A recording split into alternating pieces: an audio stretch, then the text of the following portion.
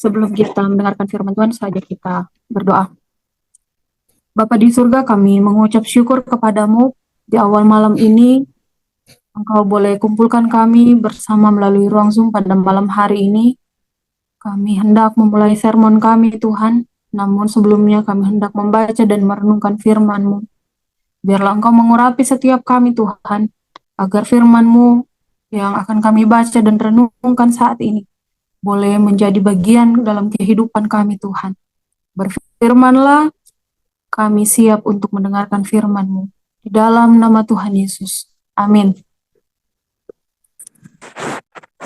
Dan firman Tuhan pada malam hari ini terambil dari Lukas 24 ayat 44 sampai 49. Lukas 24 ayat 44 sampai 49. Firman Tuhan,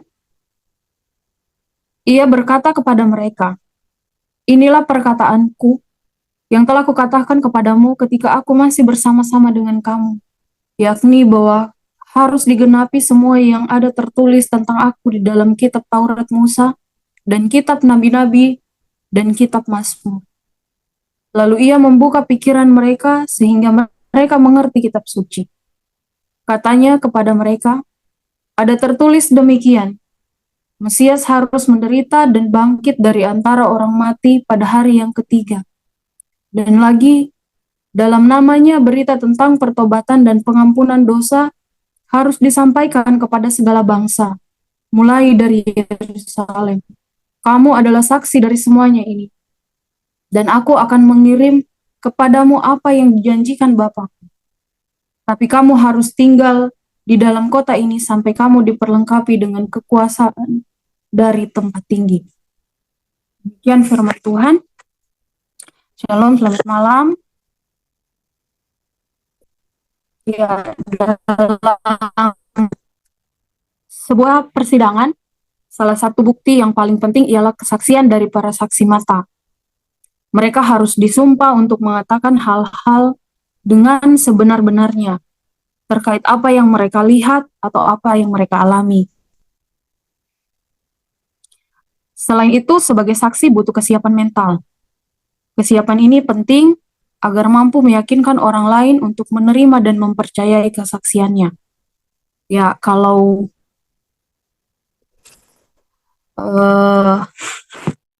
kita mengikuti kasus yang panjang, yang akhirnya kemarin sudah keluar vonisnya, ya ada beberapa saksi di situ ya. Kalau kita lihat, nah beberapa saksi ini selain tadi dikatakan mereka disumpah, mereka itu ditanyai bahkan sampai harus dites kebohongan untuk membuktikan apa yang mereka saksikan itu benar atau tidak. Ya, karena jika berbohong atau memberikan kesaksian palsu, maka ya hukumannya mungkin akan lebih berat. Demikian murid-murid diberikan tanggung jawab yang besar sebagai saksi atas kehidupan, atas kematian, serta kebangkitan Yesus. Dengan tegas pada ayat 48, kamu adalah saksi dari semuanya ini. Para murid wajib mengatakan apa yang mereka lihat dan alami, tidak boleh ada kebohongan sekecil apapun itu dalam kesaksiannya. Salah satu yang diingat para saksi mata itu adalah perkataan Yesus. Dalam ayat 47 dikatakan, dan lagi dalam namanya berita tentang pertobatan dan pengampunan dosa harus disampaikan kepada segala bangsa, mulai dari Yerusalem. Kesaksian mereka pun dicatat dalam perjanjian lama. Dalam ayat 44, ia berkata kepada mereka, inilah perkataanku yang telah kukatakan kepadamu ketika aku masih bersama-sama dengan kamu, yakni bahwa harus digenapi semua yang ada tertulis tentang aku di dalam kitab Taurat Musa dan kitab Mazmur, di mana kelak kesaksian mereka pun dibukukan oleh Roh Kudus dalam perjanjian yang baru. Sekarang siapa yang harus menyampaikan berita mengenai berita pengampunan dosa itu? Ya, kalau dalam bacaan kita, para saksi tersebut adalah para rasul, yang mana mereka adalah saksi dari setiap peristiwa yang dicatat di dalam kitab. Kini, tanggung jawab dan kewajiban itu harus diteruskan oleh kita yang percaya atas kesaksian-kesaksian terdahulu. Setiap kita mengemban tugas dan tanggung jawab untuk menyampaikan kasih Allah di dalam dan melalui Yesus Kristus ini. Bisa melalui perbuatan, melalui perkataan kita, bahkan tindakan kita. Menjadi saksi Kristus memang tidak sama dengan menjadi saksi sebuah perkara di pengadilan, di mana ada proses sumpah. Namun menjadi saksi Kristus adalah benar-benar menjadi saksi untuk menyaksikan apa yang kita lihat, apa yang terjadi, kemudian benar-benar kita mengalami itu dan menyampaikan pula dengan benar. Tidak ada yang dikurangi ataupun yang ditambahkan. Dan menjadi saksi Kristus pun itu tidak mudah. Banyak ancaman, banyak tekanan, atau bahkan kita disudutkan oleh pihak-pihak yang merasa disudutkan oleh kesaksian kita. Dan masih banyak resiko besar lagi yang mungkin akan kita alami ketika kita menjadi saksi Kristus. Namun, kita dalam bacaan kita ini, kita diyakinkan, kita dikuatkan oleh firman Tuhan, bahwa kita akan diperlengkapi dengan kuasa dari tempat yang maha tinggi. Seperti para rasul dahulu. Jadi, jangan takut untuk menjadi saksi Kristus hari ini atau kapan saja. Karena ada kuasa yang Allah berikan untuk melakukan itu.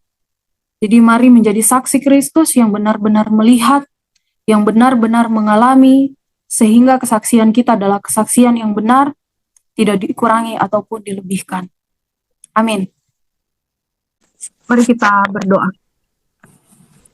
Terpuji kekal namamu Bapa di surga pada malam yang indah ini, untuk waktu yang Engkau anugerahkan buat kami, boleh mendengarkan, boleh bersekutu bersama Tuhan melalui sermon pada malam hari ini Tuhan.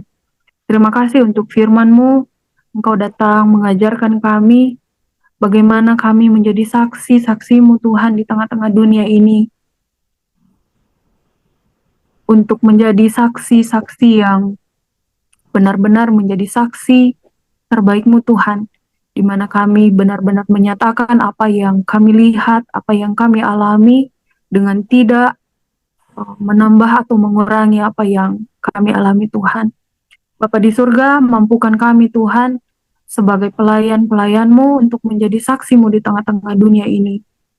Bapa di surga, pada malam hari ini kami berterima kasih Engkau boleh membimbing kami Tuhan dalam pembahasan segala rencana, bahkan persiapan kami untuk ibadah, semua pelayanan yang akan kami laksanakan pada hari Minggu nanti Tuhan.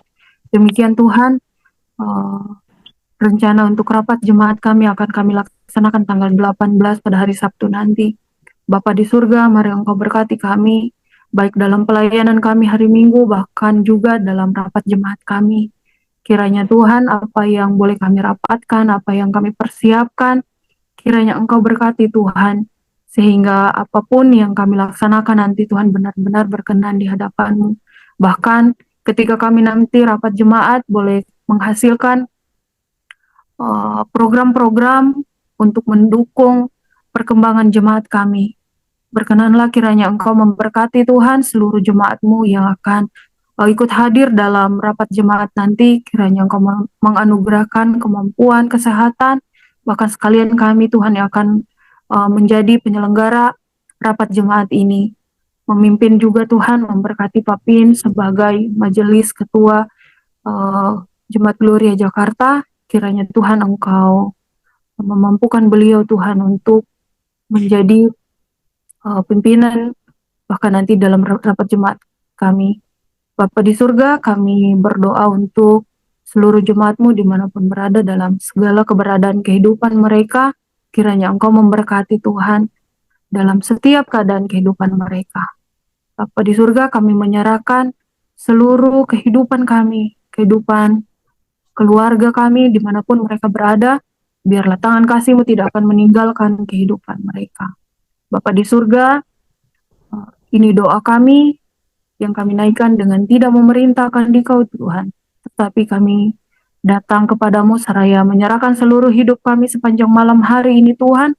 Dalam peristirahatan kami, biarlah kami boleh dibangunkan besok pagi menyambut hari anugerah-Mu, dan kami boleh melanjutkan segala aktivitas kehidupan kami Tuhan. Ampuni salah dan dosa kami Tuhan. Ini doa kami, di dalam nama Tuhan Yesus kami berdoa. Amin.